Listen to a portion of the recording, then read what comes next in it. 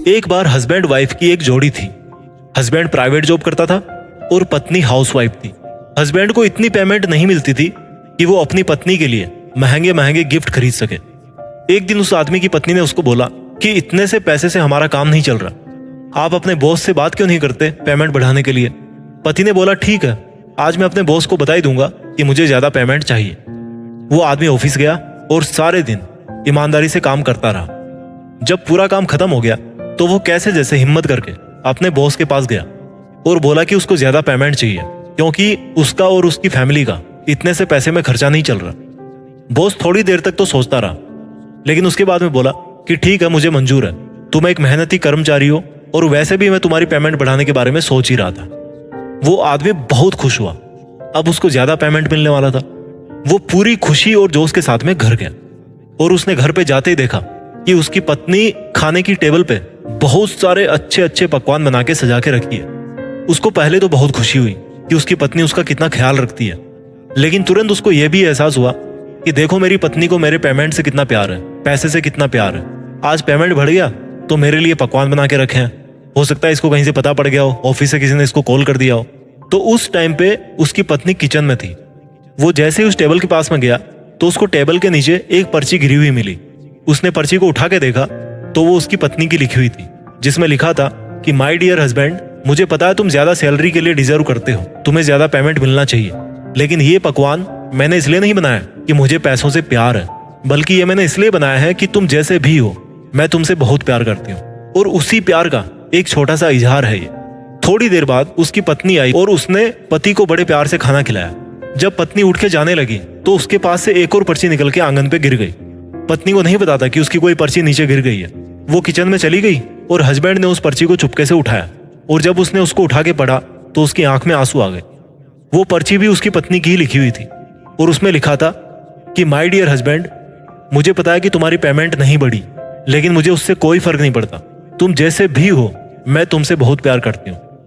कोई कंडीशन नहीं है प्यार में। मेरे पार्टनर के पास में कुछ है कुछ नहीं है, उसको कम पैसा मिल रहा है उसको ज्यादा पैसा मिल रहा है, उसका फायदा हो रहा है या नुकसान हो रहा है, इससे कोई फर्क नहीं पड़ता। किसी भी कंडीशन की वजह से ये स्टेटमेंट कभी चेंज नहीं होता कि मैं तुमसे प्यार करता हूँ। आजकल बहुत सारे पति पत्नी के रिश्ते केवल इसलिए बिगड़ रहे हैं कि उनके प्यार में कंडीशंस जुड़ जाती है, एक्सपेक्टेशंस बढ़ने लगती है, अपनी हार की भड़ास अपने पार्टनर पे निकालने लगते हैं। उनका पार्टनर उनके लिए एक टूल बन गया है अपनी फ्रस्ट्रेशन निकालने का। ऑफिस में किसी और से माथापच्ची हो गई और घर आकर निकाल दिया पूरा पत्नी पे। पत्नी को सास ने थोड़ा सा क्या सुना दिया कि रात को पति का सोना ही मुश्किल हो गया। इतने ज्यादा फ्रस्ट्रेट हो रहे हैं आजकल के रिश्ते। और तो और आजकल का जो यूथ है उनके मेरे पास में बहुत सारे मैसेज और बहुत सारे कमेंट्स आते हैं कि ब्रेकअप मोटिवेशन चाहिए, ब्रेकअप मोटिवेशन चाहिए। ये कोई नहीं बोलता कि यार नॉन ब्रेकअप मोटिवेशन चाहिए।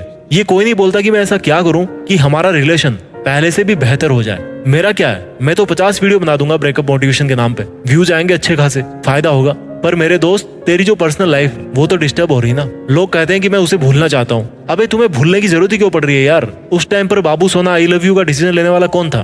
कोई पड़ोसी था क्या? और ये जिंदगी मतलब क्या नौटंकी हो गई है क्या? जब चाहो मैं उस लड़की को प्रपोज करना चाहता हूँ और थोड़े दिन बाद में मैं उसको भूलना चाहता हूँ। अरे यार, प्यार की डेफिनेशन ही बदल जा रही है। It's all about sacrifice. It's all about how much you give. It's not about how much you take from that relation. सामने वाला बंदा तुम्हें कुछ भी बोल के तुम्हारा कितना ही दिल तोड़े, यार उसकी भी कोई प्रॉब्लम होगी। अगर प्यार किया है तो क्या वो बदल जाएगा? ब्रेकअप के बाद जब दो लोग अलग अलग होते हैं तो क्या वो भुला पाते हैं एक दूसरे को? कहाँ गई वो इंपॉर्टेंस? क्यों खेल रहे हो एक दूसरे के साथ रिलेशन में? आज मैंने कुछ नया सोचा है, यूट्यूब पे ऐसा पहला वीडियो बनाऊं जिसका नाम हो नॉन ब्रेकअप मोटिवेशनल वीडियो। और यही वो वीडियो है, मैं लोगों को ये समझा पाऊं कि उनको रिश्तों को तोड़ने की जरूरत ही ना पड़े। जरूरत ही क्यों पड़े ब्रेकअप की? जरूरत ही क्यों पड़े जिंदगी भर के दर्द की? जरूरत ही क्यों पड़े आपको ऐसा सर्च करने की कि मैं उसको भुलाऊं कैसे, उसको मैं कैसे मनाऊं? क्या हमारा घमंड इतना बड़ा हो गया है कि हम घमंड के साथ तो जीना पसंद करते हैं, लेकिन उस इंसान के साथ एक सेकंड भी जीना पसंद नहीं करते? उस इंसान के साथ में जीना पसंद नहीं करते जिसको हमने कई बार बोला है कि तुम तो मेरी जिंदगी में बहुत खास हो। लोग कहां से कहां पहुंच गए और आप एक छोटी सी बात को लेकर रिश्ता तोड़ने को तैयार हो गए कि तुमने रात को मेरा फोन क्यों नहीं उठाया। वो विश्वास नाम की चीज कहां चली गई? किसी दिन तो आप मिले भी नहीं थे, आपको क्या पता वो कहाँ थी, उसको उसको क्या पता तुम कहाँ थे। और जब आपने डिसीजन ले लिया कि आप एक दूसरे को पसंद करते हो, आपको जिंदगी भर साथ रहना है, तब आपने कोई प्रश्न क्यों नहीं किया? अच्छा, प्रश्न किया तो भी उस टाइम बताया क्यों नहीं? अच्छा, उस टाइम अगर बताया भी होगा तो उस टाइम तो आपने एक्सेप्ट कर लिया, अब क्यों जरूरत पड़ रही है ब्रेकअप की? तब मन में क्यों गुटरगू हो रही थी? और एक बार रिलेशन बन गया तो जरूरत क्या है इधर उधर देखने की? हमें हमारा पार्टनर अच्छा चाहिए, चाहे हम कैसे भी हो चलेगा। क्यों भाई? हम चाहते हैं हमारा प्यार वफादार हो, हम कैसे भी हो चलेगा। हम चाहते हैं हमारा पार्टनर डिसिप्लिन्ड हो, हम कैसे भी हो चलेगा। वो करे तो गलत, हम करे तो सही। वो करे तो उसकी पुरानी आदत है और मैं करूँ तो मैंने तो पहली बार किया है। मैं ब्रेकअप करने वाले दोनों लोगों से पूछता हूँ कि क्या आप दोनों ने कभी ये सोचा है कि वफादारी आपको अपने पार्टनर में चाहिए या आपको अपने अंदर ढूंढनी है? क्या उसको सामने वाले को नहीं चाहिए आप में कोई वफादारी? किसी किसी का बहुत ज्यादा झगड़ा होता है, मानता हूँ। तो क्या दोनों में से अगर एक आदमी 5 मिनट के लिए अगर चुप हो जाएगा, अगर उसके गुस्से भरे शब्द को सहन कर लेगा, तो क्या हो जाएगा? वादे तो जन्मों के किए जाते हैं, फिर गुस्सा 5 मिनट का भी सहन नहीं होता। जरूरत ही क्यों पड़ेगी किसी को भूलने की जब हम किसी से अलग ही ना हो, या अलग होने की कंडीशन ही ना आए, हमारे में वो कैपेबिलिटी हो कि हम उस रिश्ते को संभाल सके। किसी थर्ड पार्टी की हमें जरूरत ही ना लेनी पड़े। थोड़ा सा रुकना और थोड़ा सा झुकना सीखिए यार, कुछ भी नहीं बिगड़ने वाला, फायदा ही होगा। प्यार का मतलब सिर्फ प्यार करना नहीं होता, प्यार का मतलब होता है प्यार देना। प्यार का मतलब कमियां ढूंढना नहीं है। प्यार का मतलब है जैसा भी है अगला बंदा मुझे पसंद है। एक बार दिल आ गया तो गधा है तो गधा है, टाइगर है तो टाइगर है। किसी और को मौका मत दो कि वो आपके रिलेशन में आकर के कुछ भी बोले। एक यूनिटी होनी चाहिए, एकता होनी चाहिए। प्यार का मतलब जेल नहीं होता, प्यार का मतलब होता है आजादी। आपकी जितनी भी प्रॉब्लम्स है, आपके जॉब से रिलेटेड, आपके करियर से रिलेटेड है, उन सब प्रॉब्लम्स से आप आजाद होनी चाहिए जब भी आप साथ हो। प्यार का मतलब प्यार होता है, प्यार का मतलब झगड़ा नहीं होता, मारपीट नहीं होती। प्यार का मतलब एक्सपेक्टेशन नहीं होता, प्यार का मतलब पोजीशन नहीं होता, प्यार का मतलब लिमिटेशन नहीं होता। प्यार का मतलब केवल प्यार है। लव इज वेरी पॉजिटिव, और अगर शुरू में पॉजिटिविटी थी और अब नहीं है, then it was not love my dear.